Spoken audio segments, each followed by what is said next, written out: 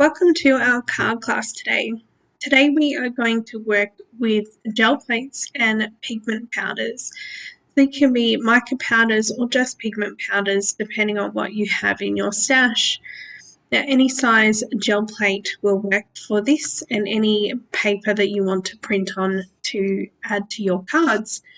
So we're going to start by adding some white acrylic paint to our plate, and you want a nice even coat and spread that out with your brayer. So you don't want it too thin, but you don't want it too thick either. So just a nice even coat over your gel plate and pop your brayer aside. The next you'll just add your pigment powders and just sprinkle them over your plate. Add as much or as little as you like. So the more powder that you do add to the plate, the brighter colours you'll get. But as we are using a white acrylic paint, it does make the colours a bit more pastel in the way they come out. However, if you wanted to use something like a clear gesso or a matte medium, a soft gel, you could use that instead of the white paint, and then you'll get a more vibrant colour. So before we spritz on the water, we're just going to push in that powder with our brayer into the plate, just so that when we spritz it, the powder doesn't go everywhere. I did find that and had powder everywhere all over my craft space.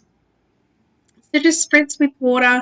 Now I end up, I want to make the pigment move, and that's why I've added quite a bit of water, but I probably went a little too crazy with adding too much water. And so as you see, as I pick up the first print, there's not really a whole lot of colour on it. So don't go too crazy with the water, just spritzing it to get that colour moving and then adding your paper over the top. Now I've just used some book print paper, but printer paper will work, as well as old magazine papers, old scrapbook papers, whatever you want to use for the background for your cards. So it is very, very light, as I've added so much water. So I'm just going to set that aside and let that dry, and then I might add some more layers over the top as we go along. So I have a lot left on my plate, so we'll pick up a bit more. So just adding a stencil over the top. This is completely optional.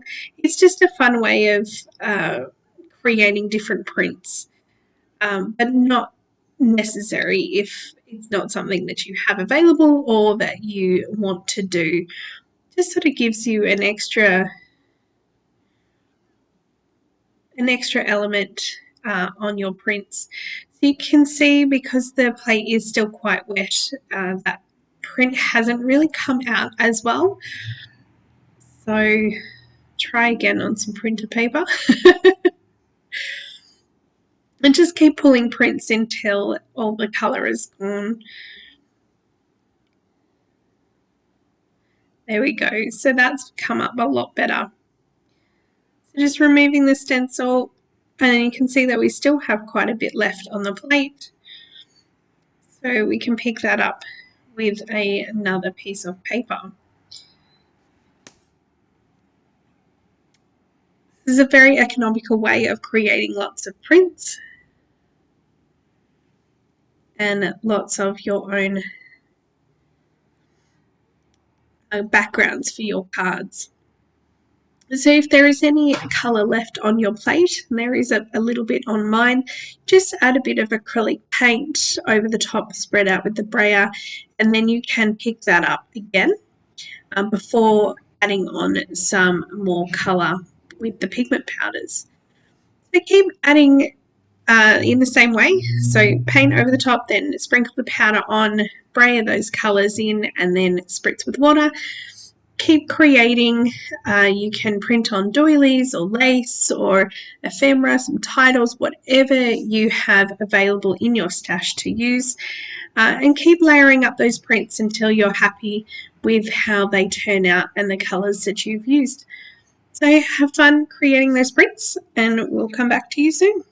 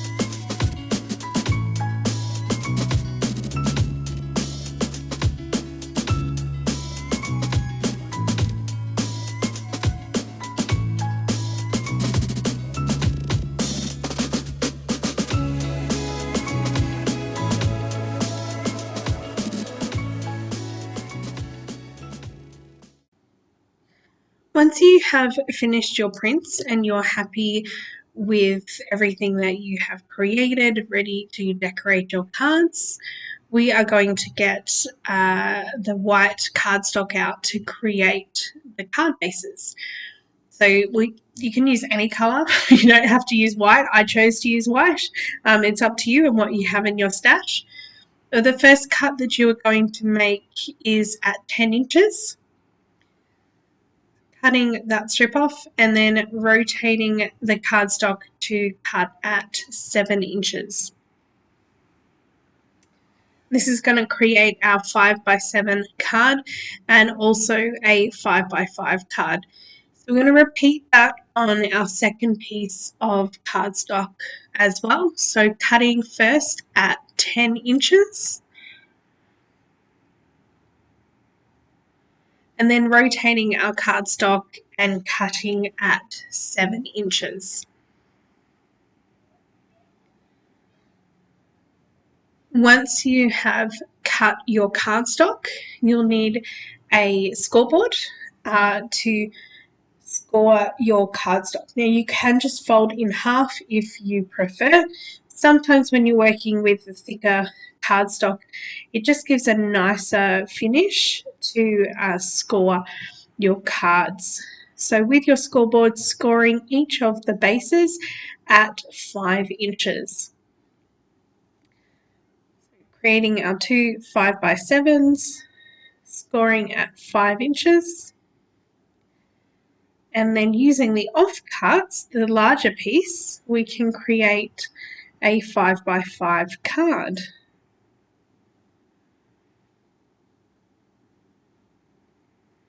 Again, just scoring at 5 inches to create our card bases.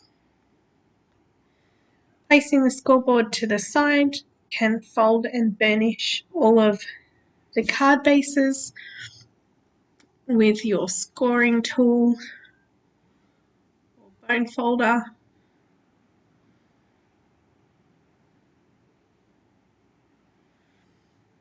And once we've prepared all of our card bases, we can cut our papers that we have printed on to create our backgrounds.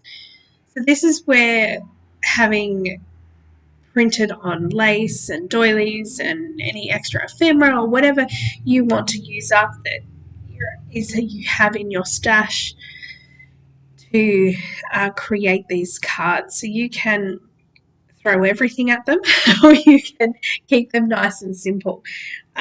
It's a great way of using up your gel prints, using them as backgrounds for your cards.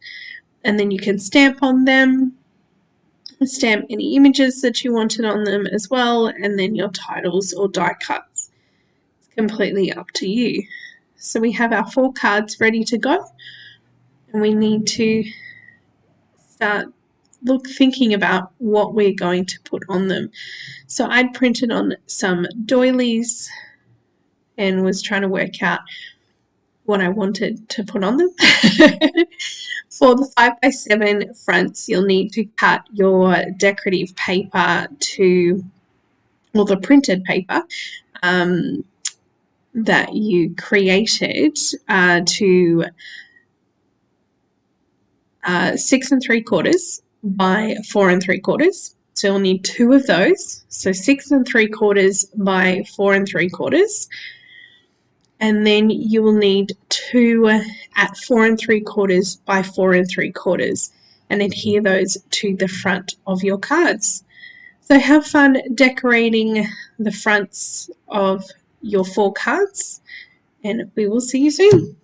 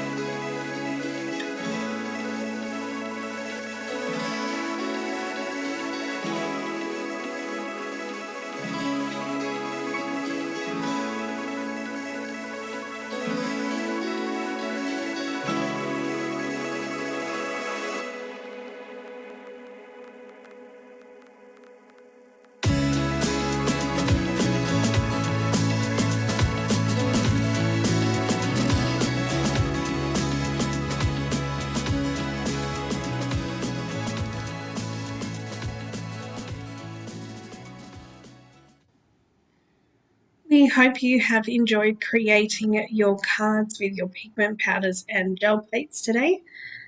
We look forward to seeing you next time.